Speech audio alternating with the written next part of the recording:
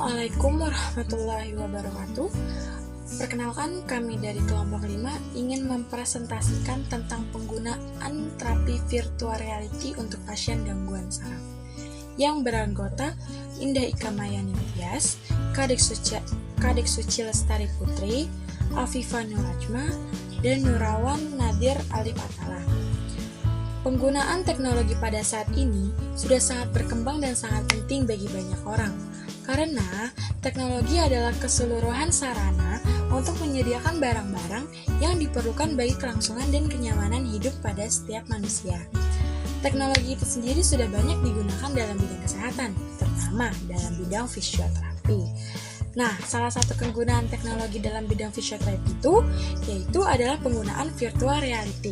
Virtual reality adalah salah satu aplikasi di mana multimedia yang di dalamnya itu mendeskripsikan sebuah keadaan atau sebuah objek di mana visualisasi yang ditampilkan dapat dilihat dari segala sudut gitu.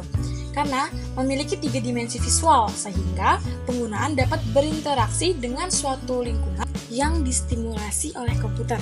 Nah, agar lebih detail, saya akan membahas tentang penggunaan visual reality pada bidang neurologi.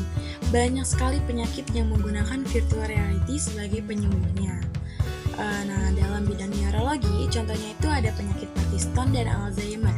Parkinson adalah penyakit saraf yang memburuk secara bertahap dan mempengaruhi bagian otak yang berfungsi mengordinasikan gerakan tubuh.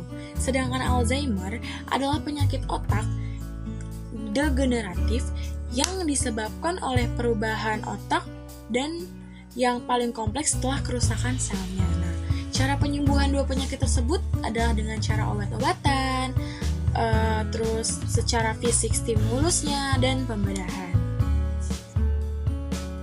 Ada beberapa penelitian yang dilakukan pada pasien Parkinson dengan virtual reality atau VR.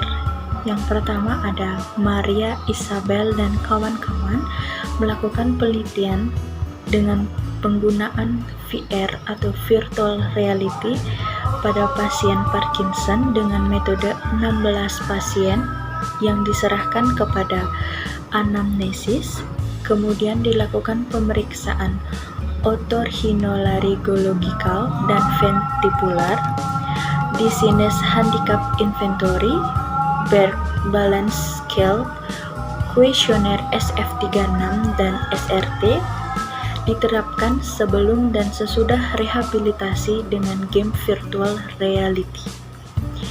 Hasil yang ditunjukkan adalah penilaian pada skala Dizziness Handicap Inventory dan Brake Balance Scale menjadi lebih baik setelah melakukan rehabilitasi SF36, menunjukkan perubahan signifikan dalam kapasitas fungsional untuk virtual reality, tightrope walk, dan ski slalom. Ada bukti perbaikan klinis pada pasien di penilaian akhir setelah rehabilitasi virtual. Kesimpulan, game virtual tightrope walk dan ski slalom terbukti paling banyak efektif untuk populasi ini. Yang kedua, ada Feng dan teman-teman melakukan studi pada 28 pasien dengan Parkinson. Pasien dibagi menjadi 2 kelompok. Yang pertama ada kelompok eksperimen dan yang kedua ada kelompok kontrol. Kelompok eksperimen diberikan terapi dengan menggunakan VR selama 12 minggu, sedangkan kelompok kontrol mendapatkan terapi konvensional. Pasien dinilai menggunakan skor The Brake Balance Scale atau BBS, Time Up and Go Test atau TUGT, Treat Part of Unified Parkinson's Disease Rating Scale atau UPDRS, dan Functional Gait Assessment atau FGA. Hasil menunjukkan peningkatan performa yang lebih baik pasien dengan terapi rehabilitatif VR daripada terapi konvensional. Dan yang terakhir, penelitian dilakukan oleh Fundaro dan teman-teman pada 10 orang dengan penyakit Parkinson yang diberikan pelatihan dengan Lokomat VR dibandingkan dengan 10 orang dengan terapi konvensional selama 5 hari dan dalam 4 minggu. Pada hasil diketahui bahwa skor UPRDS pada kelompok pasien yang menggunakan VR lebih baik daripada kelompok kontrol. Hasil ini berbanding terbalik dengan penelitian yang dilakukan oleh Wang et al. Meta-analisis ini mencakup 12 penelitian dengan skor median DPDE Pro 6,4 dan melibatkan 419 stempel.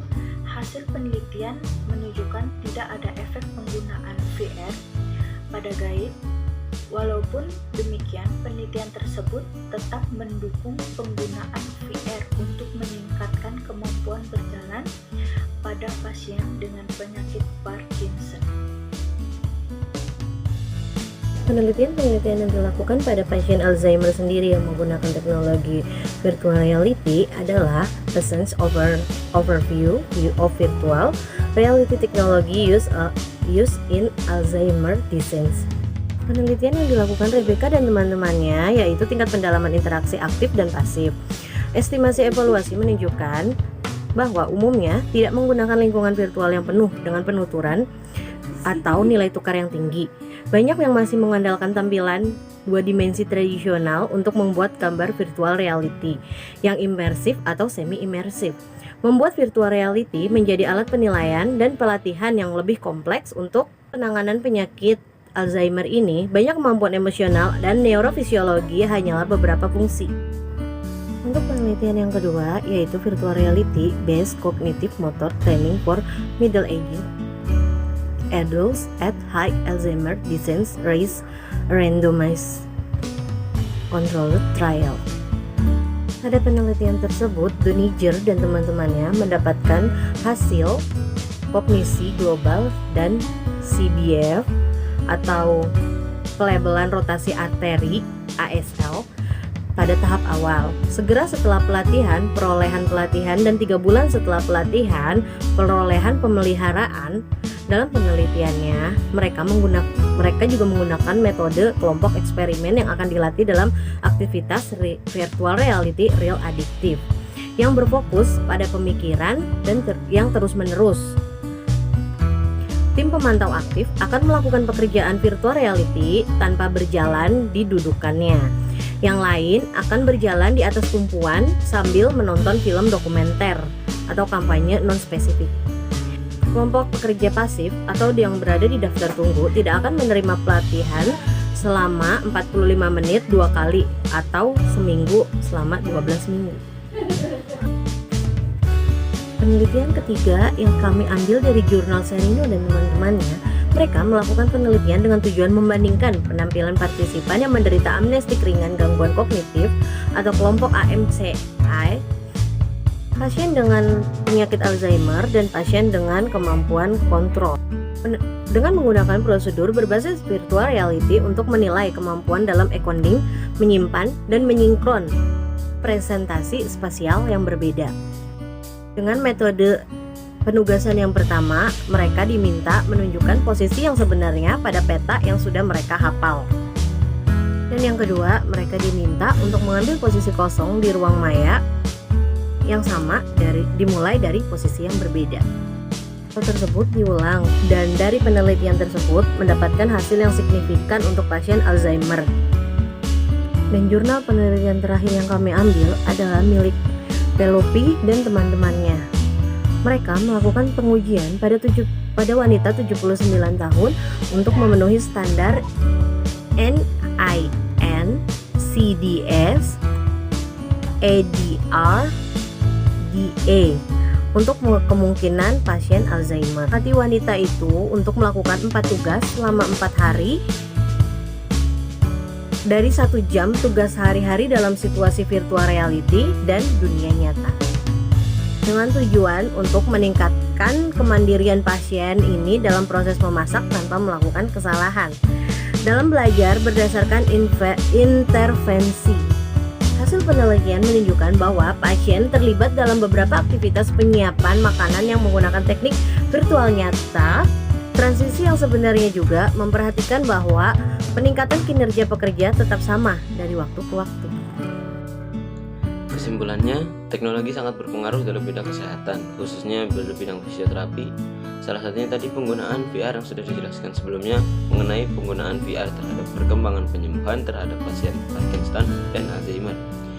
Masih banyak jurnal-jurnal penelitian yang membahas terapi pasien Parkinson dan Alzheimer menggunakan virtual reality dengan berbagai metode maupun berbagai penyakit lainnya yang menggunakan program penyembuhan dengan menggunakan VR yang sama-sama menghasilkan hasil yang signifikan daripada hanya menggunakan terapi konvensional saja.